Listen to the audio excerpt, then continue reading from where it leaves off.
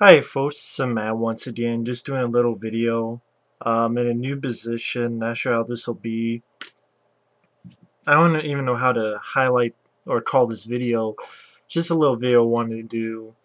Maybe it's a trip down memory lane or something like that. Because online I found this book which I wasn't sure if it was the right book, but it was a definite trip down memory lane. And it's not going to be special to anyone else, but it's going to be to me and has a little story behind it. And that is this video's best uh, video guide. Now, uh, basically, way back when I was growing up in the 90s, especially the early 90s, I remember I lived in a different part of Iowa, and it was much closer to the border of Minnesota. And we would, if we ever went to see a movie at the theater or shop groceries, so on and so forth, we would have to go about 20-30 miles across the border of Minnesota to a town called Fairmont, Minnesota.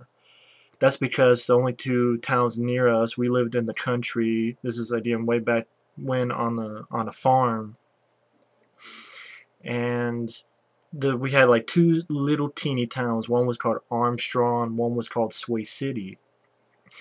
And when I mean small, I mean small. It would be Armstrong and Sway City. I would go to Armstrong school, but there was also Sway City. And our farmhouse was kind of like in the middle.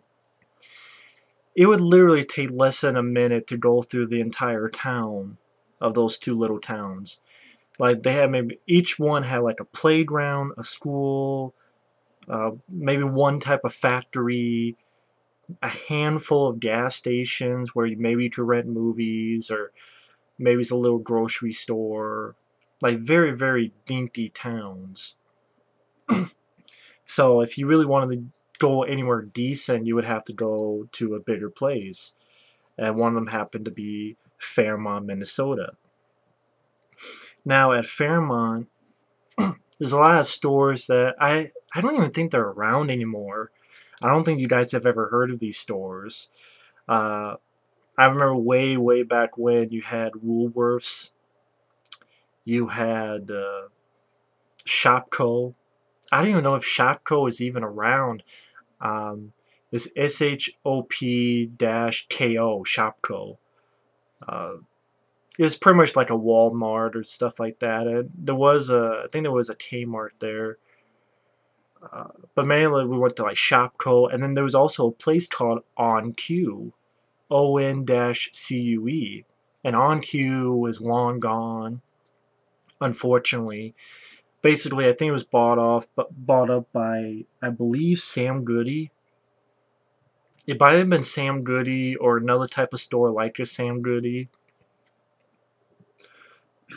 And after that, it was never the same. I don't know. On Q was always like the place. Like I remember that was the place I first got a VHS tape of Dawn of the Dead, and that was always like one of my favorite places to go to.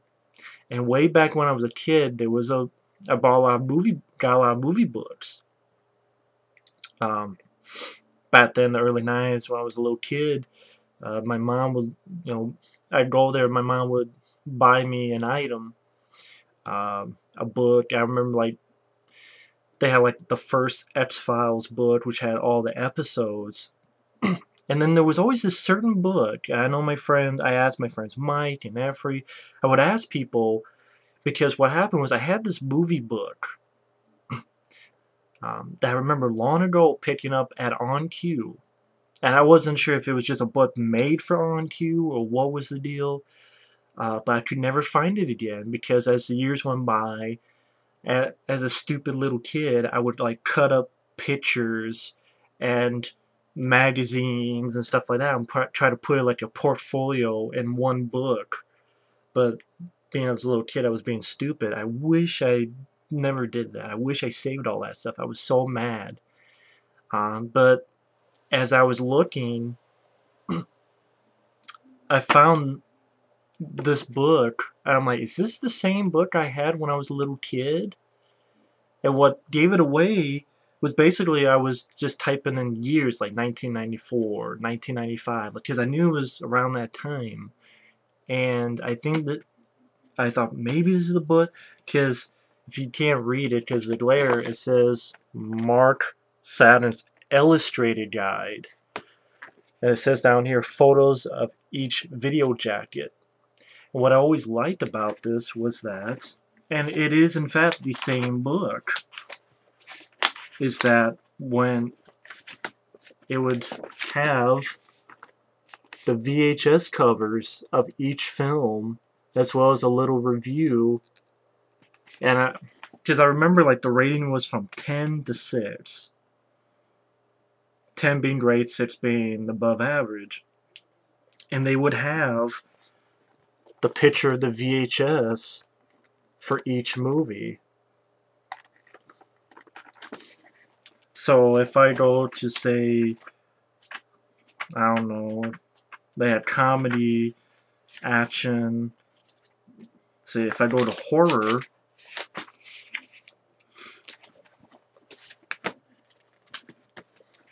God, I'm not sure this is going to even show up. Nah, that might not show up because it's too. Probably be better this way. It would show like there's Martin, and it would show the VHS cover. And it would show VHS covers of each of these movies. Would be Monty Shines. Here was Monster in the Closet. This is Needful Things. Now on Elm Street. Night of the Comet. Night of the Demons. The Other. And this is where I first heard about stuff. Like, there was a movie I reviewed on my first time viewing. And I first remember seeing the cover to this film in this book. And that's right here, Blue Monkey. And I just thought this was such a really cool book that it had the VHS cover of the film as well as a little review for the movie. And I always thought this was such a cool idea because I'm a big fan of VHS covers. Now, granted, I would not suggest picking this up for anyone else because, you know, this is way back in 1995, so obviously it's not updated. And then the reason the ratings are from 6 to 10 was that this was a book made for people to see whether you want to buy a movie or not, which movies to buy. So if they gave a score that was below 6, they would not include it in the book. So yeah, you could critique the hell out of it. The fact that it's not in color, the fact that there's a lot of movies missing because it's 6 or below. So there's a lot of movies missing. So I don't know if I could recommend to anyone else, but I just wanted to share sort of a piece of nostalgia for me because I remember seeing this as a kid, seeing all these pictures and seeing the reviews of the films, you know, given from a scale from 6 to 10, it would be like the deep, and, you know, you'd have action, you have comedy, you'd have The Running Man, you'd have Running Scare with Billy Crystal. I know you can't see much with this camera. I like that they actually had Shakedown.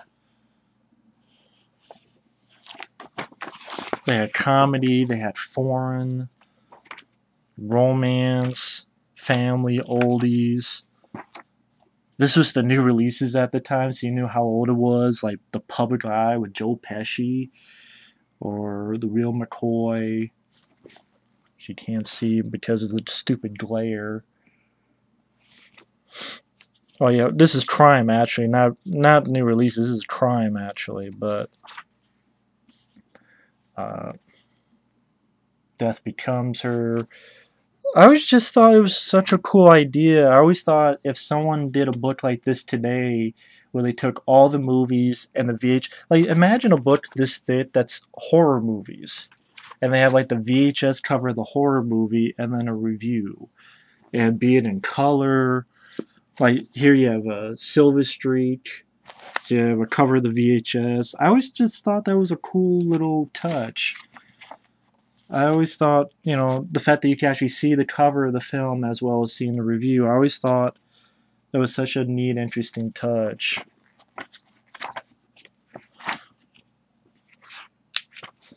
Here's another weird one. This is family, and then they have this movie called The Naked Prey. Like action suspense, but yeah, it's in the family section. But yeah, you have The Naked Prey. So I love how in family section, right? They have fucking James Bond movies in the family section. So you have to wonder what the hell they were thinking sometimes. But you have like the Goonies. I know it's not a color, but it doesn't really bother me. It's just nice seeing the VHS covers because I think a lot of these are really great cover art for the VHSs, and even for films back in the day. Like this talks about Davy Crockett. I just thought it was a nice sort of piece of history, and I always liked the way this was done, the way it was constructed. I could just imagine, again, someone doing this today. They probably would not be able to because, you know, to get the rights to all this artwork, imagine all the pennies you probably have to pay to get. But, like, even here, you got old Frankenstein meets the Wolfman, like a huge section of oldies, really horror, drama, Treasure of the Sierra Madre. And I just like the way it's constructed. Like, if you have. Let's go to horror again. Let's see. Let's pick a good one.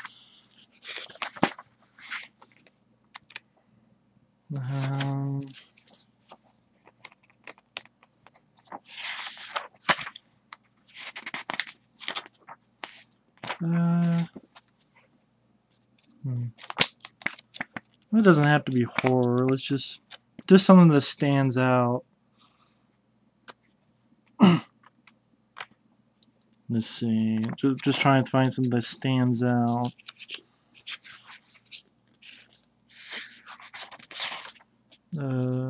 Let's say Outland. They gave it an 8, which is a good score. They have the picture of the VHS. They have whether it's rated R or not. You can't see. This stuff underneath, above my thumb is like, if it's boxed in, it means there's a lot of violence, but I know you can't really see it that well, but I just like that, you know, you have the VHS cover, then a little review, as well as talking about the film. And pretty much, because it was 6 or above, pretty much all these films in here they like. Maybe they liked more, some they liked less, but pretty much all the films here they like. So, like, they have the remake of The Blob, which is cool. They have, here's in one, Street Smart, with Christopher Reeve and Morgan Freeman. The Tequila Sunrise, Thief. Someone asked me, like, how do I know, like,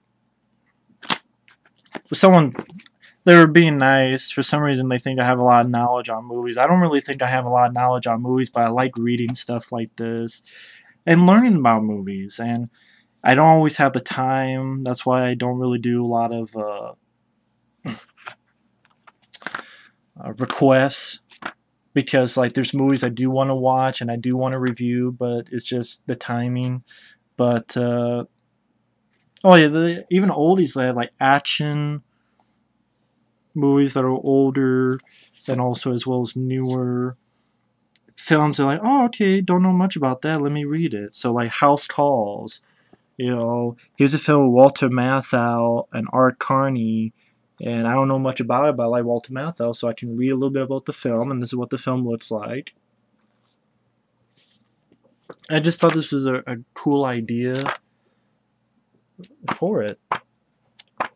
I cannot believe I found it. I remember my friend Mike, OCP Communications, kept saying, "You don't find it one day," and I never believed him. But you know, it's weird. This book was lost, or at least I guess a copy of this book I used to have.